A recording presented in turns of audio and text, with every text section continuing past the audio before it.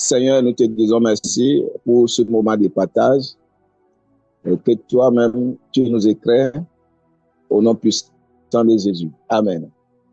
Bien-aimés dans le Seigneur, le jeudi passé, nous avons commencé par discuter quelque chose et nous avons donné le nom « Prête ton oreille à Dieu ». Et c'est très important de laisser notre oreille à écouter la parole de Dieu, à méditer la parole de Dieu. Parce que notre être, nous ne pourrons pas être une personne sans la parole de Dieu. C'est ce qui est important. Ouais, et le méchant, nous avons vu dans le livre de Proverbes chapitre 4, verset 19, qu'il parle du méchant. Le méchant, c'est qui? C'est celui-là qui ne veut pas faire la volonté de Dieu, qui veut faire la volonté de son cœur, qui veut vraiment agir selon ce qu'il pense. Vous voyez?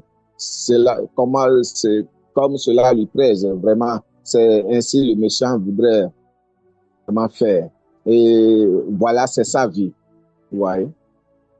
Aujourd'hui, nous allons rester dans le livre de Psaumes, chapitre 1er, du premier verset jusqu'à la fin. Donc voilà, nous allons voir ce qui se passe là. Ici, le premier verset de Psaume 1 dit « Heureux l'homme qui ne marche pas selon le conseil des méchants. »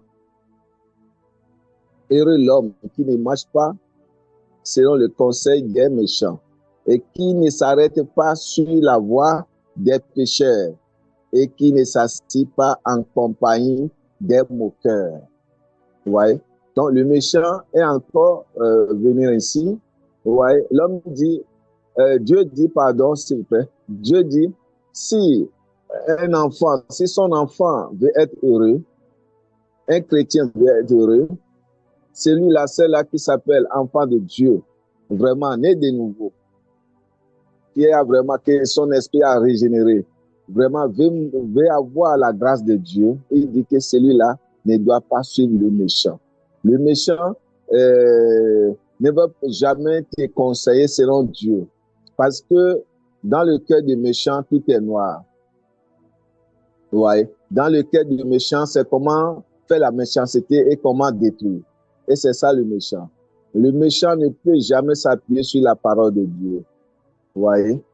Donc, bien aimé, pour vraiment évoluer dans notre vie en tant que chrétien, alors nous devons avoir l'esprit de discernement et choisir nos amis.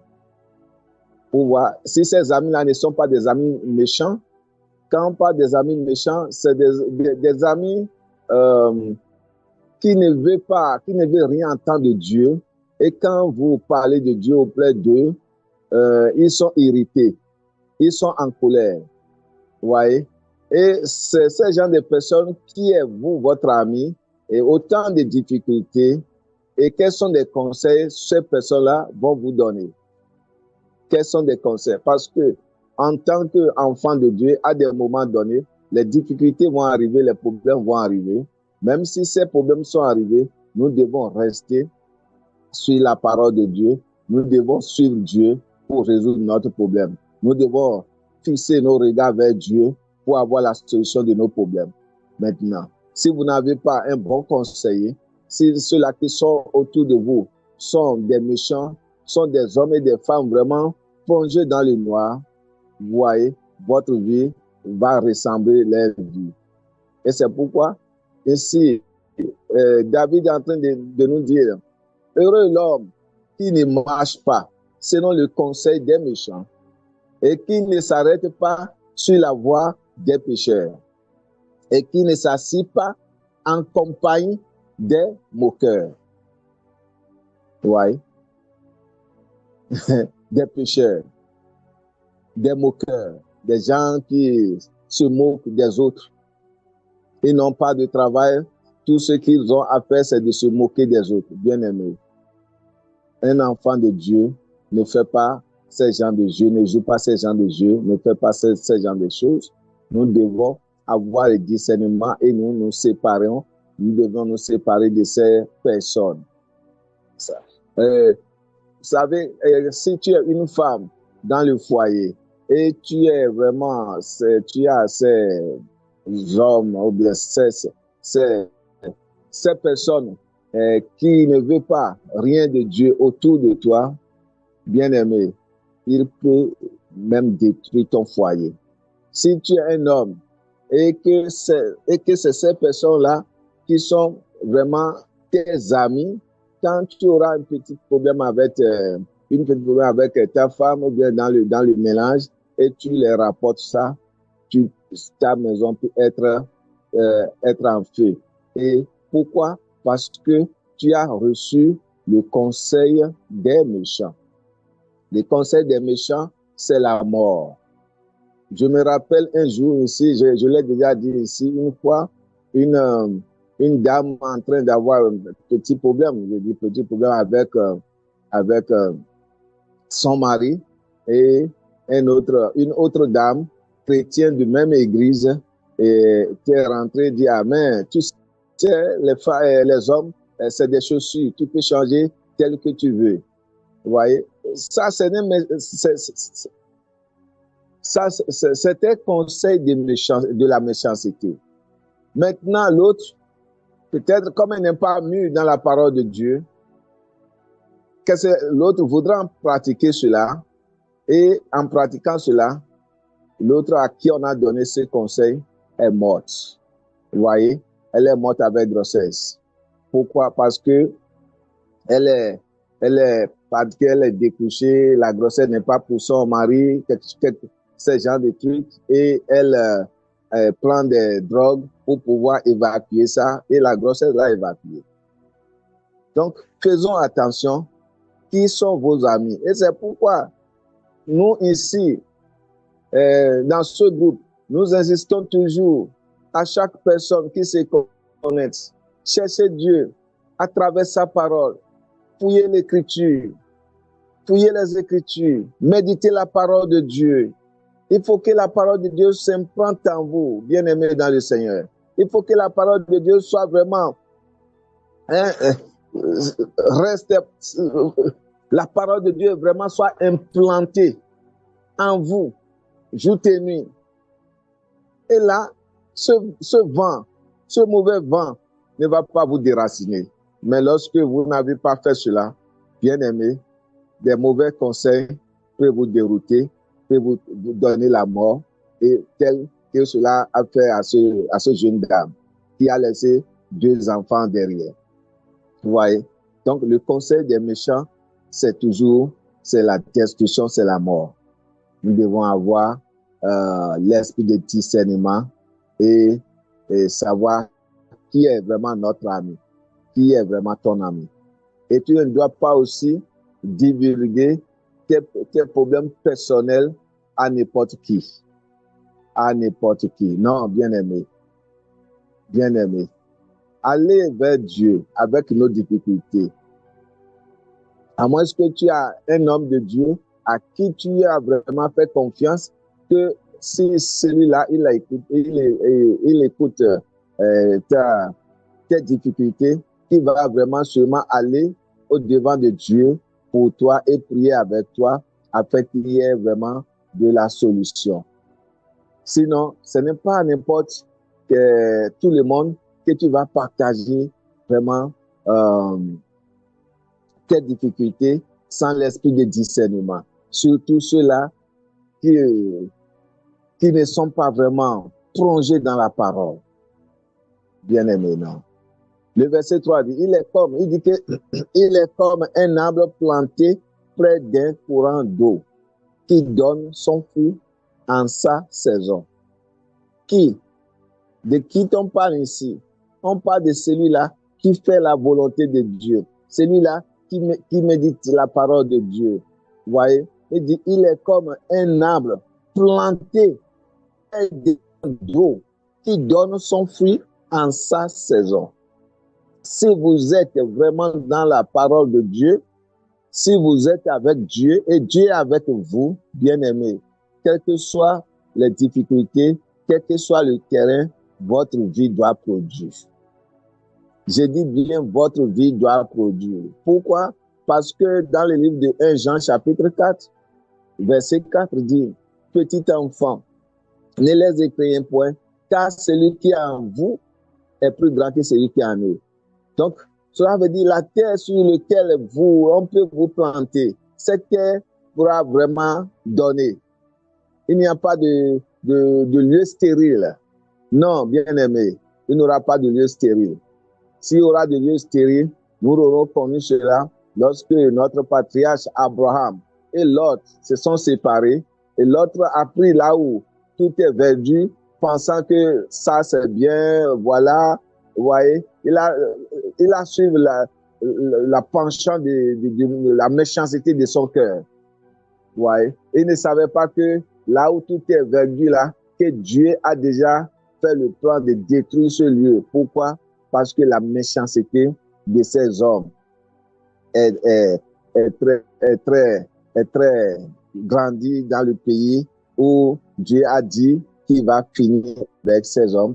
Lorsque ce problème est arrivé, l'autre pensait que bon, ce lieu est bon, il a choisi ce lieu.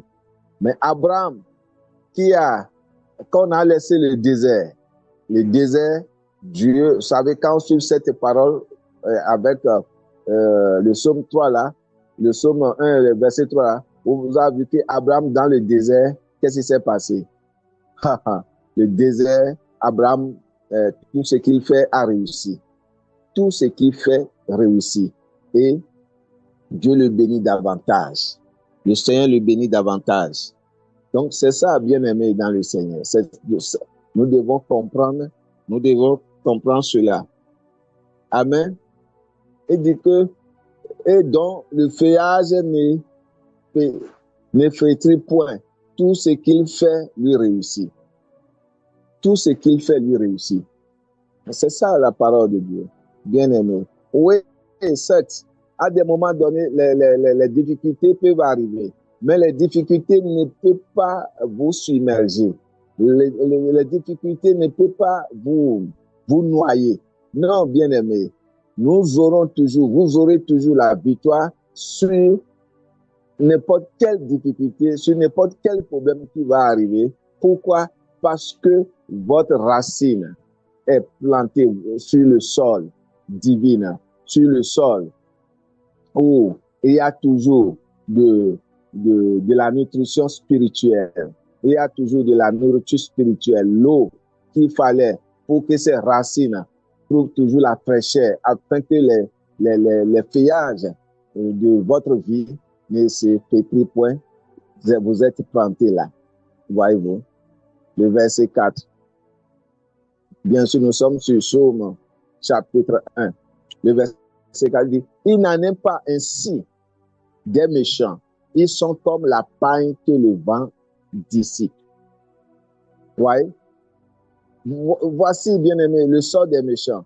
Il dit que non, tout réussit pour celui qui a vraiment pris Dieu comme son secours. Celui qui a vraiment pris Dieu comme son sauveur. Celui qui a vraiment accepté Jésus. Tout réussit pour lui. Mais celui qui nie Dieu, celui-là qui ne fait pas la volonté de Dieu, ce méchant-là, qu'est-ce que le verset a dit qu'il n'en est pas ainsi pour des méchants, ainsi des méchants. Ils sont comme la paille que le vent emporte. Voyez-vous? Ils sont comme la paille que le vent emporte. Donc, rien ne réussit dans les vies. Rien ne réussit dans les vies. Parce que les vies, c'est rien que la méchanceté, la destruction. C'est ainsi que les vies se détruisent d'un seul coup. D'un seul coup. Et je crois, dans les livres de la Bible parle de que les lampes s'éteignent au milieu du jour. Le méchant, la lampe du méchant s'éteint au milieu du jour, où il n'en revenait pas. Ça s'éteint brusquement comme ça. Bien aimé, c'est pourquoi nous devons vraiment rester dans le côté de Dieu. C'est très important. C'est très important. Nous devons rester dans son côté pour avoir évolué sur cette planète Terre. Le verset 5 dit, c'est pourquoi les méchants ne résistent pas au jour du jugement, ni les pécheurs dans l'assemblée des justes. Vous voyez? Les méchants, au jour du jugement, ils ne pourront pas résister. Maintenant, ni les pécheurs dans l'assemblée des justes. Vous savez, les pécheurs, ceux-là qui, les vies, c'est de faire leur propre volonté, c'est de faire ce que Dieu a interdit, etc. Si l'assemblée, l'église, là où ils sont vraiment des églises qui prêchent la parole de Dieu, qui sont vraiment assis sur la parole de Dieu, la parole venant de Dieu. Et si ces personnes ne pourront pas résister, ils ne pourront pas rester dans ces assemblées. Ils fuient d'eux-mêmes. La parole les chasse parce qu'ils n'auront pas les places là.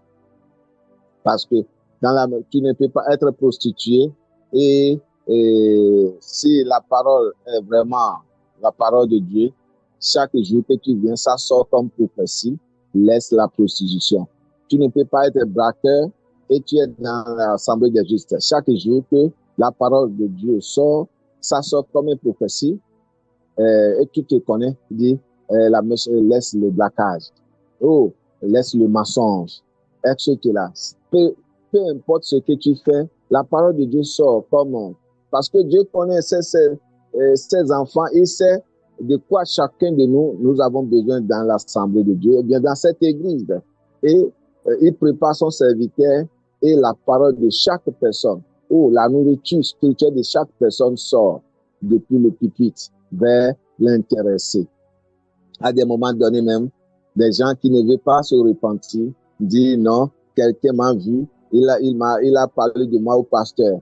Quelqu'un m'a vu, il a parlé de moi au servant ou bien au serviteur de Dieu. C'est pourquoi le serviteur de Dieu, il a dit ça, il a fait ça. Alors que non, personne n'a pas, n'était pas vu et rapporté cela au pasteur. Mais c'est l'Esprit de Dieu, Dieu qui veut sauver ta vie à travers cette parole. C'est ce Dieu qui a envoyé cette parole. Au lieu d'avoir un cœur vraiment d'humilité et se repentir parce que l'autre ne connaît pas ta vie et la parole est sortie pour toi comme prophétie. Il ne faut pas accuser. Juste, tu as besoin de quoi? De la repentance. Vous voyez? À des moments donnés, bien aimés, parfois nous disons, bon, aujourd'hui, je vais me distraire et sur Internet ou bien devant votre écran téléviseur, quelqu'un qui est en train de prêcher. Et à des moments donnés, il prêche votre vie. Il est des milliers de kilomètres. Et vous ouvrez la télé.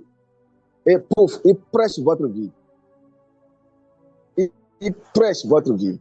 Mais celui qui a vraiment ce cœur d'humilité doit se repentir. Et nous avions entendu. Plusieurs sont repentis devant l'écran téléviseur. Parce qu'ils sont en train de regarder telle prédication, telle chose. Ils sont repentis et ils ont donné leur vie au Seigneur Jésus. Bien-aimés, nous devons laisser notre cœur à Dieu et prêter nos oreilles à lui pour pouvoir l'écouter, sa parole et rien que sa parole. Amen.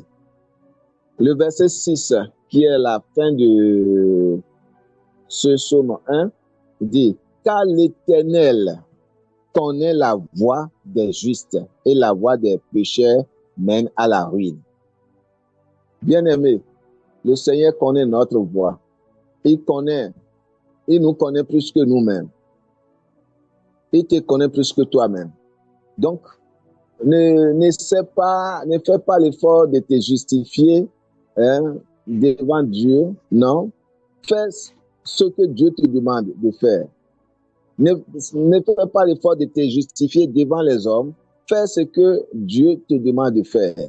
Lorsque tu fais la volonté de Dieu, peu importe ce que les gens disent sur toi, et toi tu sais que tu es sur la voie, ne les suive pas. Sur ce que Dieu te demande de faire. Vous voyez? Et il dit que la voie des pécheurs mène à la ruine. Donc tu ne dois pas suivre ceux-là, parce que quand tu les suis, ta vie serait détruite. C'est la ruine. Donc, n'allez pas ruiner notre vie et nous devons savoir qui sont nos amis? Qui sont nos amis? Qui sont nos frères? Qui sont nos sœurs?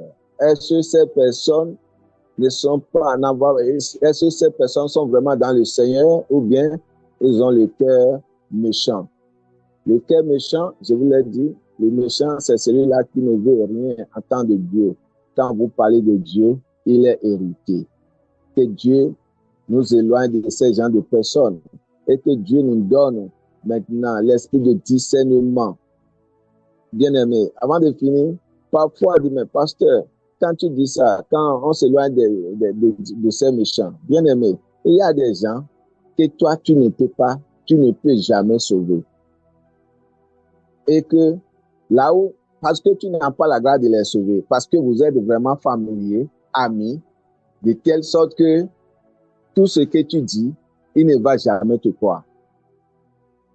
Et c'est quelqu'un d'autre qui peut le sauver. Alors, qu'est-ce qu'il fallait faire dans ce cas? Prier pour lui, intercéder pour lui. Même s'il y a des distances, continuer de prier pour lui et intercéder pour lui. Un jour, s'il est vraiment l'enfant du royaume, le Seigneur va envoyer quelqu'un qui va le sauver. Amen. Et que Dieu bénisse chacun de nous et que Dieu bénisse au nom puissant de Jésus. Et à très bientôt. Merci.